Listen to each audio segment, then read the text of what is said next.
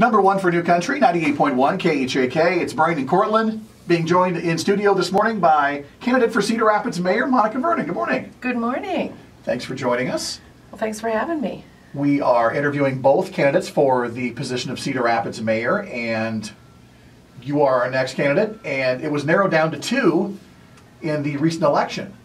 That's So right. We the had campaigning 8 isn't of over. us, so it was a big Yeah. it was a big group. There was a lot. I was trying to read up on all the candidates, and I just got really overwhelmed. So Maybe a lot of voters did too. I don't know, because Yeah. there was a lower turnout than we expected. So the runoff election coming up, of course, on December 5th. And for folks who aren't maybe familiar with you, voters or listeners, why don't you just kind of introduce yourself, tell everybody a little bit about your history, and let people know about Monica Vernon. Okay.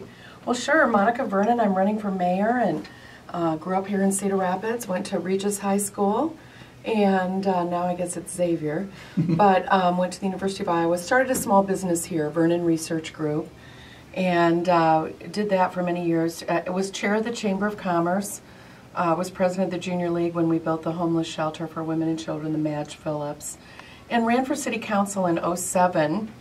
And was sworn in '08, just in time for the big flood. Oh boy. So I spent 8 years, boy did we have our sleeves rolled up and everything else rolled up, because we were out making a difference. 5,000 houses were hit, 1,100 small businesses, 300 public facilities.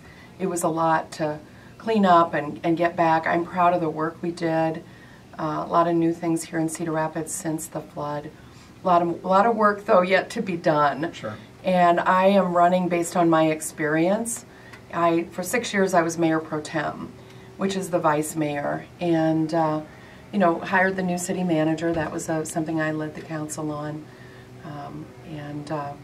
Oh, we have a safe CR ordinance now. You know, we've had a lot of nuisance properties, and we didn't have a really good way to go after those. And really, every neighborhood has a property that keeps people up at night, or they feel like it's taking their property values down or whatever. So it took us 2 years, but we have a really good ordinance now. Mm-hmm. So lots of work that I've done, get jobs here, keep jobs here, you know, and have there be things to do after the job's over for the day. So sure. I'm running based on my experience, my ability to get, you know, all kinds of people together to solve problems and really get things done.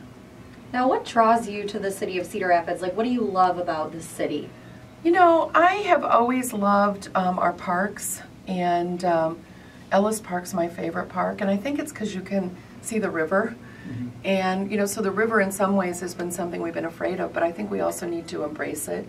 You know, people everywhere love watching water, and I think we have, you know, a fantastic city in terms of just the arts and entertainment here. You know, if you want to go to Hawkeye Downs and see a car racing, you can do that. If you want to go to the opera, my husband does draw the line there, you can go to opera. I mean, we have, you know, so much here. I know people want a water park, an indoor water park. I think we would encourage private industry to do something like that. Yeah. But I think that there's so much here. And I think, too, I have siblings who have traveled for jobs to other cities, live in other bigger places. And I'll tell you, we're kind of the easy button here. You know, I can get just about anywhere in 10 or 15 minutes. And what's a traffic jam? I mean, every once in a while, and we do have those trains, but we'll talk about that later. But, you know, it's, you know, there really is time to enjoy it all. And I'm a huge Cedar Rapids believer and booster. That being said, what are some of the issues that you see the city facing in the future? Well, we absolutely have to make sure that this penny sales tax makes as much progress as possible on our streets. We all, almost all of us are out there driving on them, and we all know of streets that really need help. And I think it was years of you know, just not being able to invest. So, but you know, you can't look back, you got to look forward, and here's where we are now. So I want to make sure that we report to the people. I think since everyone's giving, you know, $19 million in pennies, that's a lot of pennies. Yeah, it is. And I think every year we ought to, you know, go around the city and make sure people understand, here's what we collected, here's where it came from, here's what we did with it, here's what we're planning to do next year, so that people are kind of in the know. I plan to do a lot more of kind of getting out into the neighborhoods and and talking to people, but then really listening to them.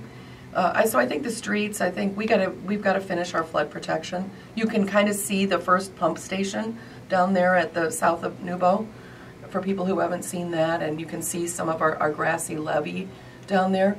We'll be doing $20 million, it looks like, a year for a very long time. I think we need to jumpstart that thing. You know, jobs are always huge, good paying jobs, and you know, we're going to have to continue to recruit the workforce in here to make sure we have people to do those jobs. So those are some of the things. I know that right before the flood we were looking at a wonderful new state-of-the-art community rec center, and that would have aquatics potentially, but also like senior center, and I think that's really been missing in our community. I don't want to put seniors over here by themselves and everybody else over. I like to mix the age groups. I'll never forget being at a center somewhere. I was just kind of looking at them, and there was an older man teaching a young boy how to play pool, and a whole kitchen full of older people teaching young kids how to bake. And I thought, wow, you know, what can the kids teach them? Well, then that was the next room, which was full of 5-year-olds and 6-year-olds and 7-year-olds fixing people's cell phones and teaching them how to do computer stuff. So, you know, multi-generational, I think it's cool. Cedar Rapids does a lot of great things, but I think that's another thing we ought to really be looking at. Monica Vernon joining us this morning, candidate for mayor in the city of Cedar Rapids, the special election coming up on December 5th. We certainly wish you the best of luck, and thank you for coming in and speaking with us about the issues this morning. Thank you so much for having me.